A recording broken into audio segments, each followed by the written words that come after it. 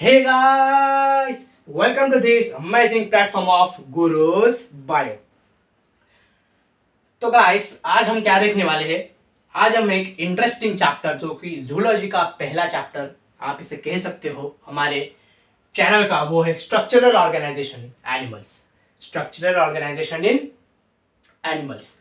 Structural organisation इन animals का meaning होता क्या है, सबसे पहले हम वो देख लेते हैं। देखो, सारे के सारी जो बॉडी है, होल ऑर्गेनिज्म की बॉडी किसी ना किसी चीज की बनी हुई है।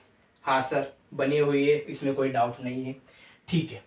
सो फिर सारी की सारी जो बॉडी है वो किससे बनकर बनी है? सर आप बोलोगे जो हमारा फंडामेंटल यूनिट है जो कि है सेल। ठीक है भाई, देखो यहां पर कॉन्सेंट्रेट करना। सेल, सेल एक सिंगल सेल है, ठीक है।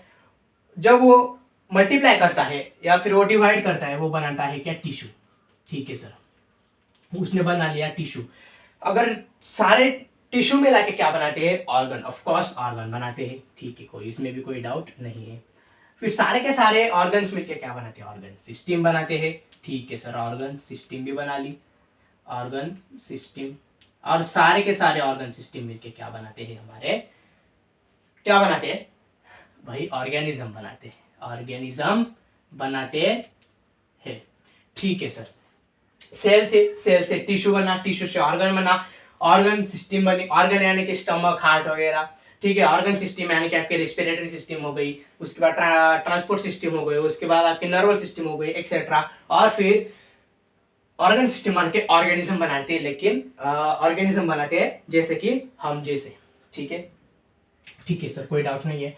तो फिर हमने इसमें एक वर्ड देखा, टिश्यू। हमने क्या वर्ड देखा? टिश्यू। ठीक है सर, हमने टिश्यू देख लिया।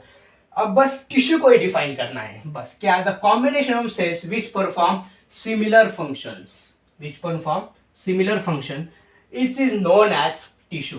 This is known as tissue, ठीक है सर, इसमें कोई डाउट नहीं है। इसे बोला जाता है क्या? टिश्यू, ठीक है। हमारे पास टोटल 4 तरह के टिश्यू होते हैं। पहला होता है एपिथेलियल टिश्यू, उसके बाद होता है muscular tissue, connective tissue and neural tissue, ठीक है सर। एपिथेलियल टिश्यू, देखो जर्म लेयर का मैं आपको पहले कंसेप्ट समझा देता हूं। देखो, हर एक चीज का कोई ना कोई ओरिजिन होता है, मतलब होता है, ठीक है सर, इसमें कोई डाउट नहीं है कि सब में ओरिजिन होता है, ठीक है। एपिथेलियल टिश्यू का भी एक ओरिजिन है और वो है एक्टोडर्म, मेसोडर्म, एंडोडर्म। ये तीनों के तीनों जो डर्म होते हैं उसे कहा जाता है क्या? Germ layer. उसे क्या कहा जाता है? Germ layer, germ layer. आप इन बेसिक कह सकते हो germ layer. Ectoderm, mesoderm, endoderm, 3 तरह के क्या होते हैं? जर्म लेयर होते हैं, ठीक है सर। एपिथेलियल टिश्यू का भी बात कर लेते हैं, इंट्रोडक्टरी। हम इसे और डीप में पढ़ेंगे लेकिन अगले वीडियो में, ठीक है। तो पहले हम एपिथेलियल टिश्यू की बात कर लेते हैं। सो एपिथेलियल टिश्यू होता क्या है? देखो, एपिथेलियल टिश्यू उसका ओरिजिन होता है एक्टोडर्म, मेसोडर्म और एंडोडर्म। तीनों भी जर्म लेयर से उसका क्या होता है? ओरिजिन होता है। फिर उसका ओरिजिन है तो टिश्यू है तो उसका कोई ना कोई तो फंक्शन होगा। ऐसे ही तो उसे कोई दान नहीं दिया होगा हमारे बॉडी में, हाँ, तो उसका भी एक फंक्शन है, वो है protection, absorption and secretion. Protection, absorption and secretion इसका एपिथेलियल टिश्यू का मेन फंक्शन है। एपिथेलियल टिश्यू का जो है वो मेन फंक्शन है। यहां तक कोई डाउट वगैरह? अगर डाउट है तो आप कमेंट बॉक्स में लिख कर भेज सकते हैं, मैं आपको वहां पर एक्सप्लेन कर सकता हूं। उसके बाद आता है मस्कुलर टिश्यू, ठीक है सर। अब मस्कुलर टिश्यू क्या कंसेप्ट है? मस्कुलर टिश्यू जो है वो ओरिजिन होता है मेसोडर्म से। वो कहां से ओरिजिन होता है? वो होता है मेसोडर्म से। मेसोडर्म में क्या है? जर्म लेयर है, ठीक है सर, जो कि टिश्यूज को ओरिजिन करती है। फिर उसका फंक्शन क्या होगा? उसका फंक्शन होगा मूवमेंट एंड लोकोमोशन। उसका फंक्शन क्या होगा? मूवमेंट एंड लोकोमोशन, ठीक है sir. Third type of tissue आता है कनेक्टिव टिश्यू। कनेक्टिव टिश्यू उसका भी ओरिजिन जो है वो सेम है, मेसोडर्म। उसका भी ओरिजिन जो है वो क्या है? सेम है, मेसोडर्म। और उसका फंक्शन क्या है? Support and attachment. बताता हूं इसके बारे में, एक एक करके सब पढ़ेंगे, टेंशन लेने की कोई भी बात नहीं है आप लोगों को। न्यूरल टिश्यू, न्यूरल टिश्यू का जो ओरिजिन है वो है एक्टोडर्म से, ठीक है। वो उसका ओरिजिन कहां से है? एक्टोडर्म से। और उसका मेन फंक्शन आपको पता है सर। नर्वस टिश्यू कहाँ होते हैं? ब्रेन में। ब्रेन का काम क्या होता है? Control and coordination. ब्रेन का काम क्या होता है? कंट्रोल एंड कोऑर्डिनेशन, ठीक है। मैं अब इन सारे जो टिश्यूज है मैं उनकी एक रफ आइडिया आपको यहाँ पर दे देता हूँ, ठीक है। उसकी रफ आइडिया ये है बच्चों, उसकी रफ आइडिया ये है, एपिथेलियल टिश्यू की अगर हम बात करें तो उसका ओरिजिन हमने देख लिया, एक्टोडर्म, मेसोडर्म एंड एंडोडर्म। उसका फंक्शन देख लिया, प्रोटेक्शन, एब्जॉर्प्शन एंड सिक्रेशन। हम उसकी लोकेशन देख लेते हैं। लोकेशन एक्चुअली वो तो अगले लेक्चर का पार्ट है, लेकिन आपको मोर अंडरस्टैंड और बेटर अंडरस्टैंडिंग के लिए मैं आपको बता दूं कि ये एपिथेलियल टिश्यू कहाँ कहाँ पाए जाते हैं। देखो बच्चों, एपिथेलियल मतलब एक रफ आइडिया दे रहा हूँ, आप अगले लेक्चर में से सीखेंगे, ठीक है।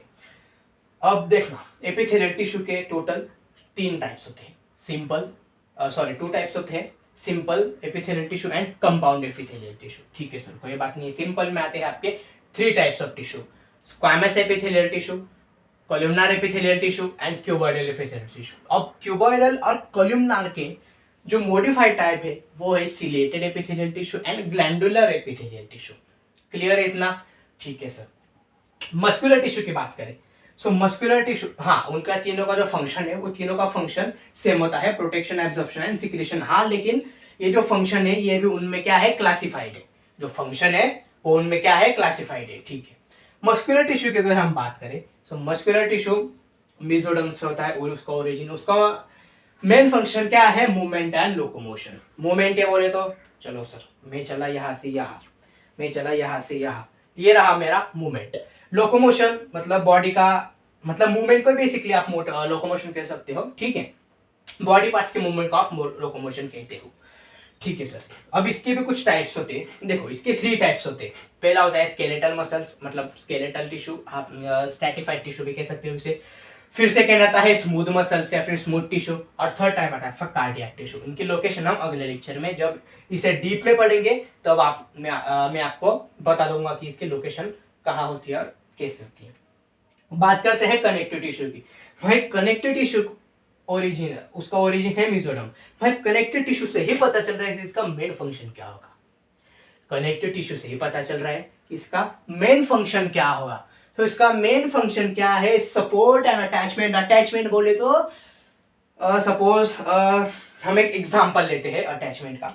सपोज मेरे पास ये है 2 पिलोज है, 2 पिलोज है अलग अलग, ठीक है सर, 2 अलग अलग है। अब इसे अटैच करना है, अब इसे अगर अटैच करना है तो अटैच के लिए क्या लगेगा, हमें पर्टिकुलर टिश्यू लगता है, और टिश्यू कौन होता है, हमारा कनेक्टिव टिश्यू, जो कि 2 चीजों को कनेक्ट करने का काम करता है, जो कि 2 चीजों को कनेक्ट करने का काम करता है, उसे क्या कहा जाता है, कनेक्टिव टिश्यू।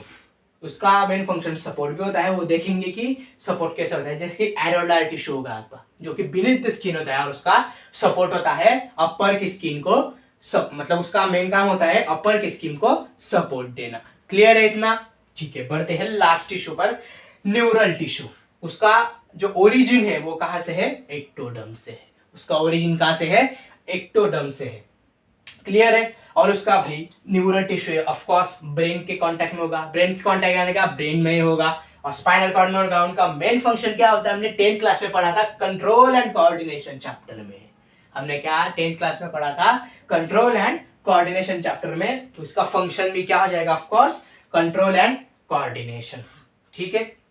इसका मेन फंक्शन भी क्या हो जाएगा, कंट्रोल एंड कोऑर्डिनेशन। देखो बच्चों, 11th एकदम सिंपल है, इसमें ज्यादा कुछ टेंशन लेने की बात नहीं है। जूलॉजी मजे से पढ़ेंगे, अच्छे से पढ़ेंगे। सो आज के लिए इतना ही। आपको डीपीपी चाहिए तो आप डिस्क्रिप्शन में उसकी लिंक है, ठीक है। सो आज के लिए इतना काफी है। मिलते हैं अगले लेक्चर में एपिथेलियल टिश्यू के साथ। Till then bye to all, thank you.